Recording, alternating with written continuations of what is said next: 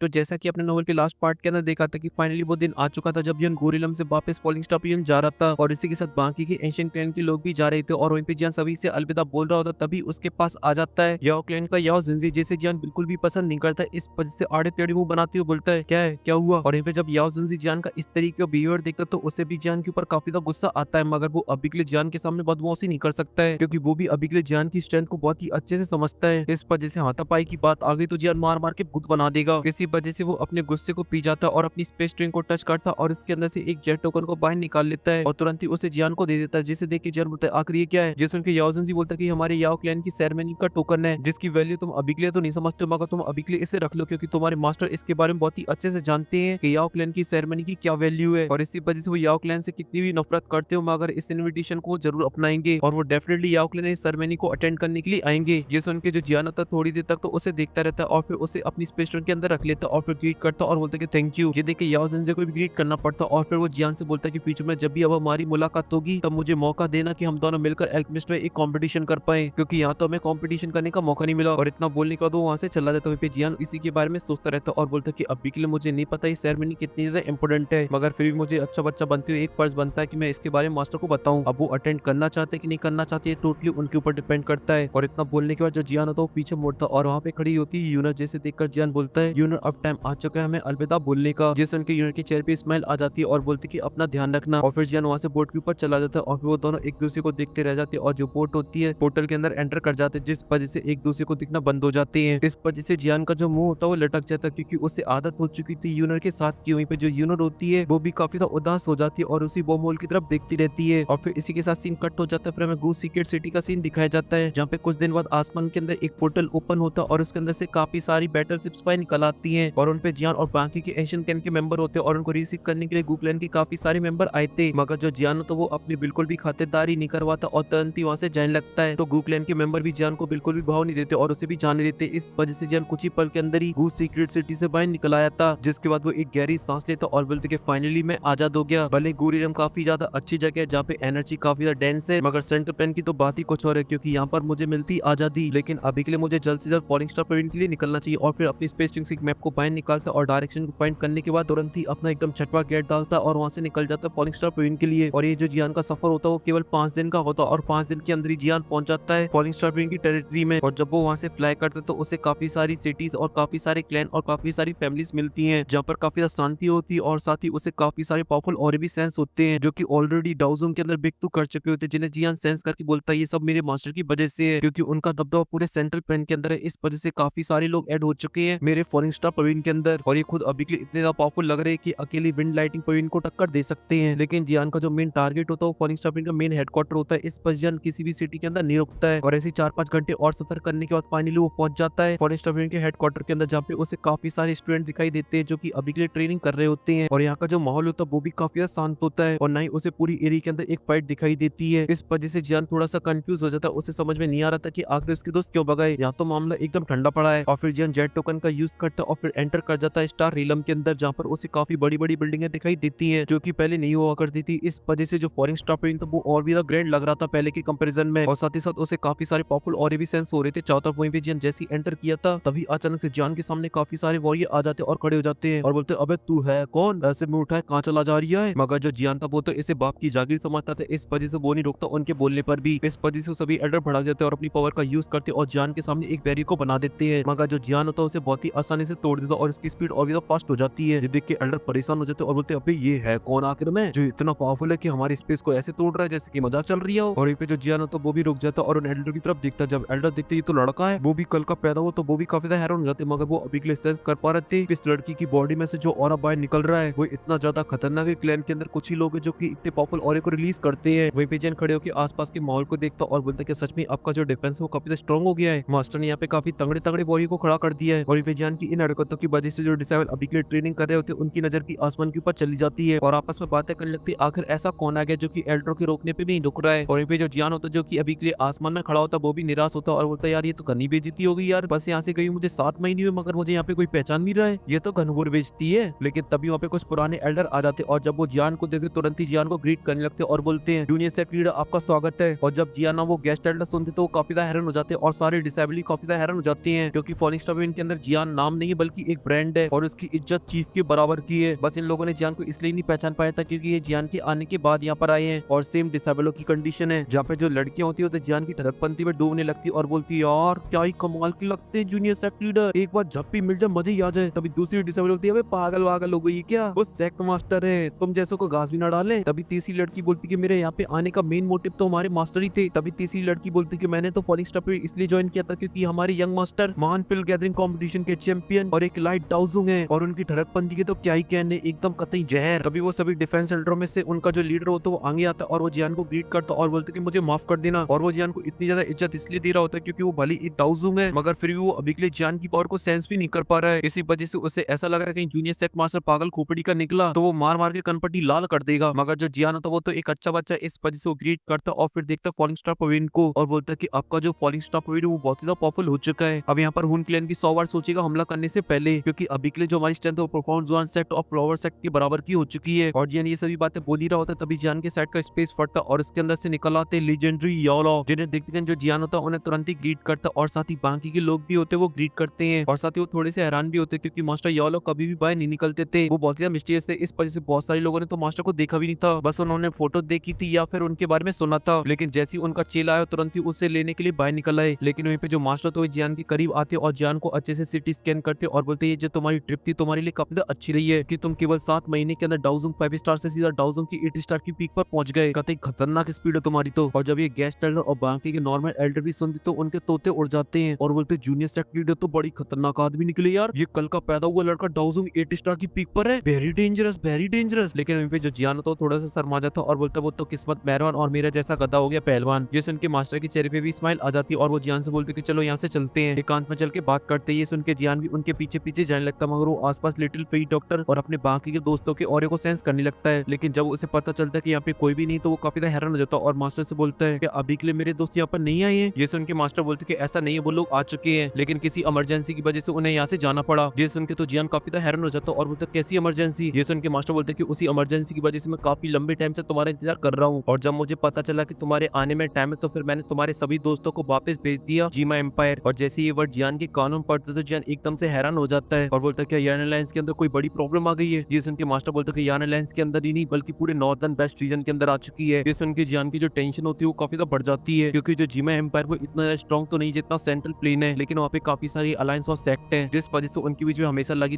तेरी चलती रहती है। लेकिन ऐसा कोई भी नहीं जो पूरे जीमा एम्पायर को डोमिनेट कर पाए या फिर उसके ऊपर कब्जा कर पाए। तभी जो मास्टर होते बोलते कि तुमने बिल्कुल सही बोला, 6 महीने पहले नॉर्दर्न रीजन के अंदर ऐसा कोई नहीं था जो जीमा एम्पायर को टक्कर दे पाए और बीटीटीएच की रानी के सामने खड़ा हो पाए। लेकिन अचानक ही वहाँ पे एक सेक्शन बनता है जिसका नाम होता है लॉ एंड प्रोफाउंड सेक्ट, जो कि 6 महीने के अंदर ही काफी ज्यादा स्ट्रॉन्ग हो गया और उसके अंदर जितने भी वॉरियर वो काफी ज्यादा खूंखार है। इस वजह से उन्होंने चारों तरफ हमला करना स्टार्ट कर दिया और उन्होंने काफी हद तक नॉर्दर्न वेस्ट रीजन को कब्जा लिया। ये सब सुन के जन थोड़ा सा और भी हैरान हो जाता और बोलता क्या वो सच में इतना ज्यादा पावरफुल है। मैं जितना उस एरिया के बारे में जानता हूँ वहाँ पे ज्यादा पावरफुल लोग तो नहीं है जैसे कि सेंट्रल पेन के अंदर होते हैं, हालांकि निकल जाएंगे कुछ डाउजिंग लेवल के वॉरियर, मगर इतना कोई पावरफुल हो कि मेरे जीमा एम्पायर पे हमला कर दे ऐसे के बारे में तो मैंने नहीं सुना है। जिस उनके मास्टर हमें नोट करते और बोलते कि तुमने बिल्कुल सही बोला और ये बात लॉ एंड प्रोफाउंड सेक्ट की तो सच में काफी ज्यादा पावरफुल रहा है हमेशा ही से, लेकिन इतना नहीं कि बीटीटीएच की रानी के सामने टिक पाए जबकि उसके साथ चलती फिरती कुकिन और देसी दारू प्लस अपनी आंखों पे नचाने वाली सपेरिन, इन चारों की इतनी स्ट्रेंथ है कि पूरे नॉर्दर्न रीजन को कब्जा सकते हैं। लेकिन पता नहीं लॉ एंड प्रोफाउंड सेक्ट को अचानक ही क्या हो गया, उसकी स्ट्रेंथ सडनली काफी ज्यादा बढ़ गई और ऐसा इसलिए हो रहा है क्योंकि सडनली कुछ ऐसे वही आ गए जो कि उनकी मदद कर रहे हैं जो कि काफी ज्यादा खुकार है। ये सुन के जियान बोलता है क्या कोई सेंट्रल प्लान की सेक्शन है जो कि अभी के लिए उनकी मदद कर रही है। लेकिन तभी जियान के दिमाग में कुछ आता और वो तुरंत ही देखता मास्टर की तरफ, तो मास्टर भी जियान की तरफ देखते और बोलते कि तुमने बिल्कुल सही पहचाना, मुझे सूत्रों से पता चला कि लॉ एंड प्रोफाउंड सेक्ट के अंदर काफी बार होल ऑफ सोल के लोग देखे गए हैं। लेकिन तभी जियान बोलता है कि जो होल ऑफ सोल है वो तो काफी स्ट्रॉन्ग है, इस वजह से वो नॉर्थ रीजन के अंदर क्या कर रहा है जाकर, वहाँ पे ऐसा तो कुछ भी काम का नहीं है उनके लिए, वहाँ पे सिर्फ कमजोर लोग रहते हैं। सुन के मास्टर बोलते कि यही तो उनके लिए काफी काम की चीज है क्योंकि वहाँ पे उन लोगों को सोल कलेक्ट करने में ज्यादा प्रॉब्लम नहीं होगी, क्योंकि अगर वो सेंटर प्लान के अंदर किसी के ऊपर हमला करते हैं तो उनके घोड़े लगने के काफी हद तक चांसेस हैं क्योंकि ये सभी सेक्शन है वो एक दूसरे से कनेक्टेड है। इस वजह से होल ऑफ सोल के सामने कब उनका बाप आके खड़ा हो जाए क्या पता, इसलिए सोल बॉडीज को कलेक्ट करने के लिए नॉर्थ रीजन उनके लिए सबसे बेस्ट है क्योंकि जैसी होल ऑफ सोल की स्ट्रेंथ है उसके अकॉर्डिंग वो बहुत ही आसानी से पूरे रीजन को डोमिनेट कर सकते हैं, जैसा चाहेंगे वो वैसा वहाँ पे आतंक रख सकते हैं, कोई नहीं रोक सकता उनको। ये सुन के तो जियान परेशान हो जाता और बोलता कि आखिर होल ऑफ सोल इतना बाबला क्या हो गया है, पहले तो चुपचाप से सोलों को कलेक्ट करते थे मगर आप तो एकदम सरेआम उतर आए ये लोग, मगर इसका जवाब तो मास्टर को भी नहीं पता होता है। इस वजह से बोलते कि इसके बारे में तो मुझे भी नहीं पता, लेकिन जब होल ऑफ सोल ने मुझे कैद कर लिया तब वो चाहते थे कि मैं उनके सेक्शन को ज्वाइन कर लूं क्योंकि उनको मेरे एल्केमिस्ट स्किल की जरूरत थी। इस वजह से जो होल ऑफ सोल का चीफ है वो चाहता था कि मैं एक 9 टियर की पिल को रिफाइन करूं उसके लिए। अब उसे इतनी हाई टियर की पिल क्यों चाहिए थी इसके बारे में तो मुझे कोई भी आइडिया नहीं है। जैसे उनकी जान भी हमें नोट कर देता क्योंकि उसे भी इसके बारे में कोई भी आइडिया नहीं है कि आखिर होलो सोल इतनी सारी सोल बॉडीज को क्यों कलेक्ट करता है। और यहीं पे मास्टर बताते कि नॉर्दर्न रीजन के अंदर यान अलायंस की टक्कर का कोई भी नहीं है क्योंकि जो क्यून मेडुसा वो बहुत ही स्ट्रॉन्ग है, इस वजह से लॉयन परफॉर्म सकता है, उसका कुछ भी नहीं बिगाड़ सकता है। मगर दिक्कत है होल ऑफ सोल क्योंकि उन्हीं की वजह से जब उन्होंने हमला किया था यान अलायंस के ऊपर तो उन्होंने यान अलायंस को पीछे ढकेल दिया। और जब ये बात मुझे पता चली तो फिर मैंने लिटिल फेई, डॉक्टर और टियानवा जुनजे और क्विंगली को भेज दिया। ये सब सुन के जो जियानो तो काफी ज्यादा गुस्से में आ जाता और बोलता है ये होल ऑफ सोल बाज नहीं आ रहा है, ये मेरे लिए बस मुसीबत पे मुसीबत खड़ी करता जा रहा है। लेकिन तभी मास्टर बताते कि मैंने इनके साथ और भी काफी सारे वॉरियर को भेजा है मगर मुझे ऐसा लगता है कि ये काफी नहीं है। ये सुन के जो जियानो था वो हमें नोट कर देता और बोलता कि मुझे भी वहाँ पे अब जाना ही पड़ेगा, मैं यहाँ पे ऐसे हाथ पे हाथ रख के नहीं बैठा रह सकता हूँ क्योंकि वहाँ पे मेरी क्वीन मेडुसा और मेरे दोनों भाई हैं। इस वजह से अब टाइम आ चुका है वहाँ पे यान अलायंस के लीडर का अपेयर होने का। अब दोस्तों अब सीट की पेटी बांध लीजिए क्योंकि जियान जाने वाला है जीमा एम्पायर और आप लोग जाते हुए देखना चाहते हो तो फिर भाइयों चैनल की मेंबरशिप ले ले क्योंकि इसका जो आगे का पार्ट है वो मेंबर्स के लिए आने वाला है। और अगर आप लोगों ने अभी तक चैनल की मेंबरशिप नहीं ली है तो जल्दी से ले लें क्योंकि इससे आएगा नया माइक। दोस्तों माइक टूट गया है। और दूसरा रीजन ये कि मेंबर्स के लिए मैं इसलिए डाल रहा हूँ क्योंकि जब बात क्वीन मेडुसा की आ जाती है ना तो थोड़ा सा मैं बहक जाता हूँ। इस वजह से पता नहीं चलेगा कि कब मैं एपिसोड को पार कर चुका हूँ, दूसरे एपिसोड के अंदर घुस चुका हूँ। इस वजह से जब मैं उसका नेक्स्ट पार्ट डालूंगा तब सभी लोग बोलेंगे ओए तू बार और वही चीज को एक्सप्लेन करता रहता है, कुछ नया एक्सप्लेन कर। इस वजह से जो पैसे दे के मेरे घर वाले बने वो देख लेंगे, गाली तो नहीं देंगे कम से कम, है जी नहीं तो।